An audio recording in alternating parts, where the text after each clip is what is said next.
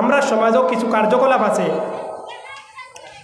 যেমন বিয়া শাদির সময় আমরা সমাজও কিতা হয় বিভিন্ন ধরনের কার্যকলাপ হয়, ডিমান্ড করিয়া পাত্রীর পক্ষ থাকি মাল লওয়া হয়, ডিমান্ড করিয়া পাত্রীর পক্ষ থাকি মাল জিনিস লওয়া হয়।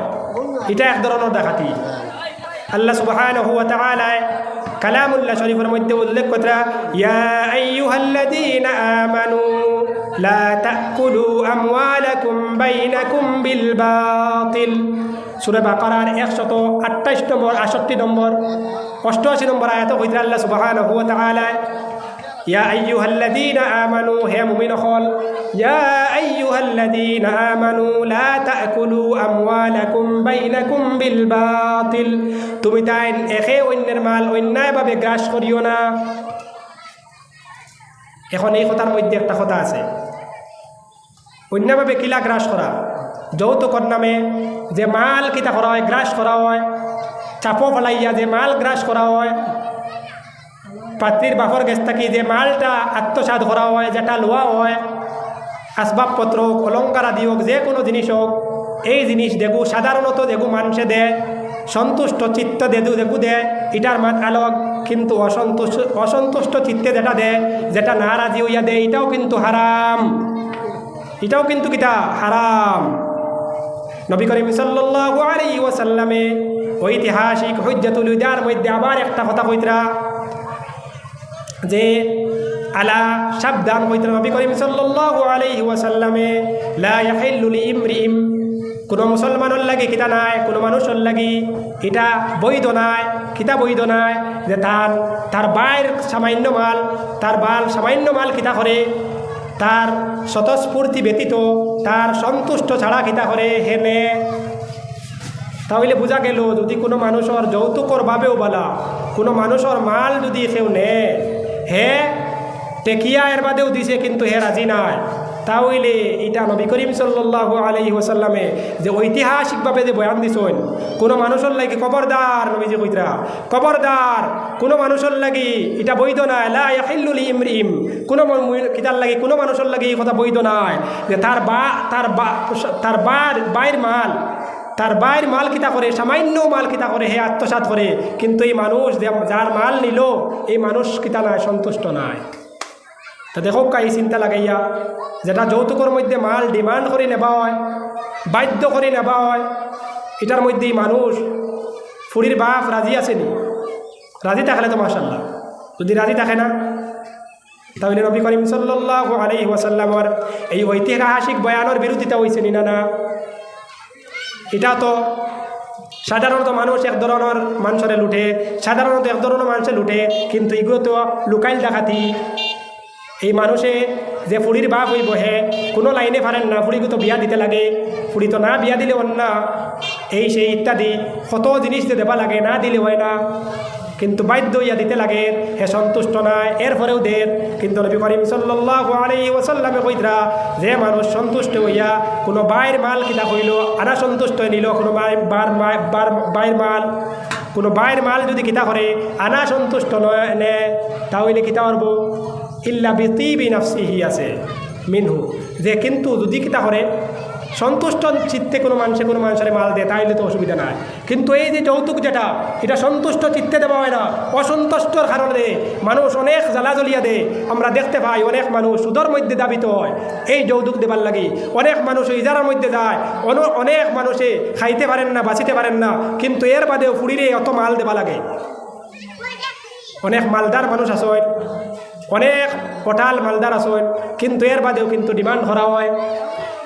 অনেক মানুষ সকল আসেন, একজন মানুষে তার ফুড়িরে ফোড়াইছে, আদর করছে, যত্ন করছে, এত কিছু করছে, সন্তুষ্ট চিত্তে যা দে, রাজি খুশি হইয়া যা দে তা তো ঠিক আছে, এর বাদে ডিমান্ড করিয়া, এটা কোন ধরনের, এটা বর্বরতা নাইনি, এটা জাহিলিত যুগের বর্বরতা, এটা জাহিলি যত নবী করিম সাল্লাল্লাহু আলাইহি ওয়াসাল্লামের আগের যুগ যেটা আসলো, এটা আইয়ামে জাহিলিয়ত হয়, এটা হইল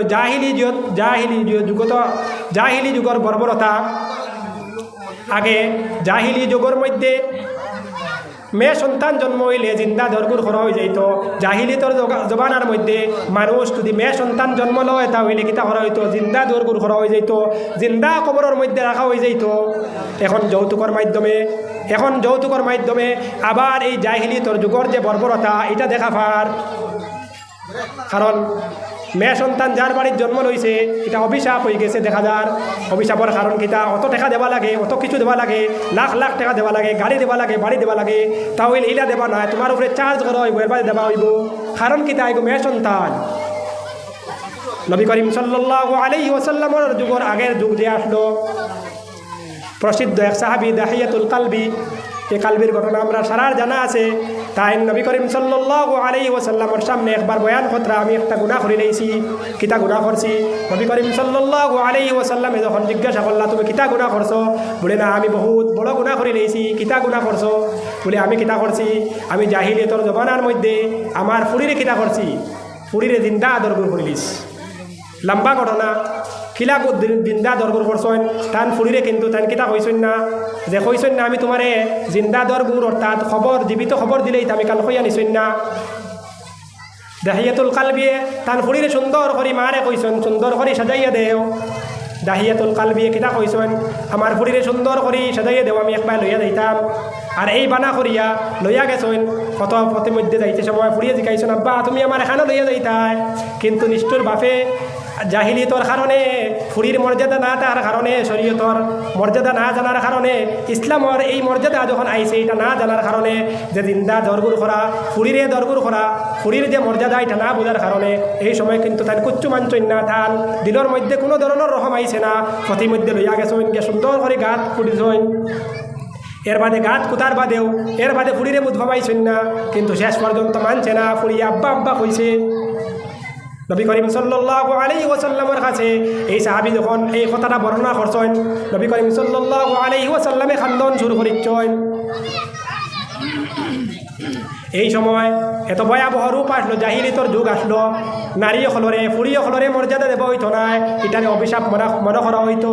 সেই সময় কিতা করছেন নবী করিম সাল্লাল্লাহু আলাইহি ওয়াসাল্লামে জিন্দা ফুরিরে যখন দফন করার খবর শুনছেন, আর ফুরি আব্বা আব্বা করে ডাকিছে, তখন এই নিষ্ঠুর প্রাণে তখন মানছে না।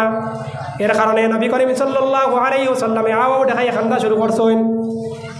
এরপরে তাই কইছেন এটার থেকে আমার বাসার পথ কিলা, তওবা কিলা।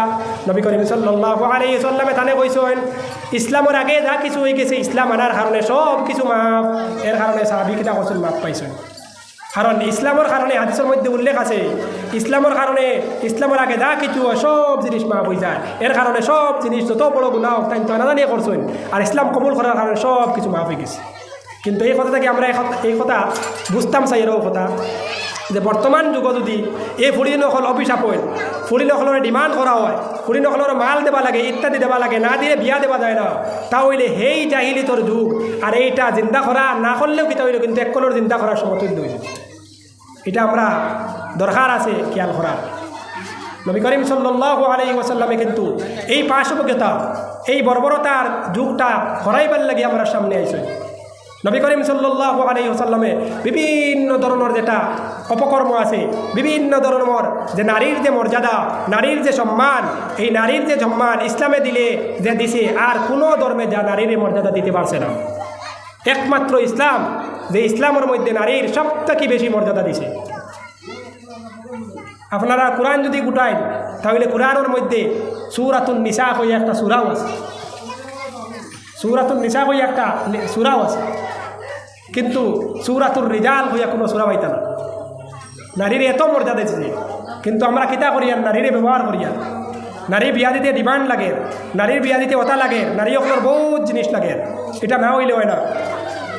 তাহলে আমি এই কথা কইতাম চাইছি যে আমি আয়াত পড়েছি সূরা বাকারার 288 নম্বর আয়াত, যে কথা কইছে যে কোনো মানুষের মাল গ্রাস করা অন্যায়ভাবে, এটা আল্লাহ কইছেন ইলা মাল তুমি দিন খাইও না। কোনো মানুষের অন্যায়ভাবে কোনো ধরনের মাল খাইও না। তো অন্যায়ভাবে মাল, এই যে যৌতুক যেটা, এটা অন্যায়ভাবে মালের মধ্যে সামিল।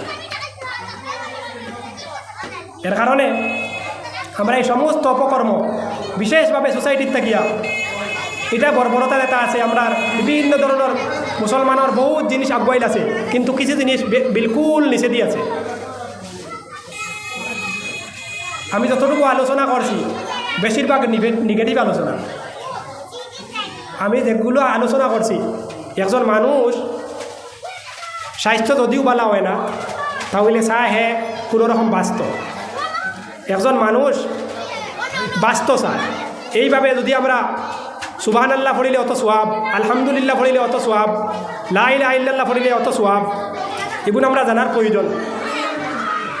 কিন্তু যদি একজন মানুষে কুফুর করিলায়, একজন মানুষ ইমান হারিলায়, তাহলে কাফির হয়ে যাব, এগুলো জানা বেশি জরুরি। এর কারণে এইগুলা নেগেটিভ যে সিস্টেমগুলো আছে, এইগুলা আমরা অপকর্ম হল আল্লাহরে আমরা জেলা মানিয়ার, নমাজ রোজা পড়িয়ার জেলা রোজা জেলা রাখিয়ার, যত কাজকর্ম হল আল্লাহর সন্তুষ্ট চিত্তে করিয়ার, যে কুল্লু জিনিস করিয়ার, আমরা যেভাবে করিয়ার, আমরা জেলা আল্লাহ নিষেধ করছেন ওগুন তো তাকে আল্লাহ মানে চলতাম। আল্লাহ সুবহানাহু ওয়া তাআলা সূরা জারিয়াতের মধ্যে কইরা মা আতাকুমুর রাসূলু ফাখুযুহু ওয়া মা নাহাকুম আনহু ফান্তাহু ওয়াত্তাকুল্লাহ।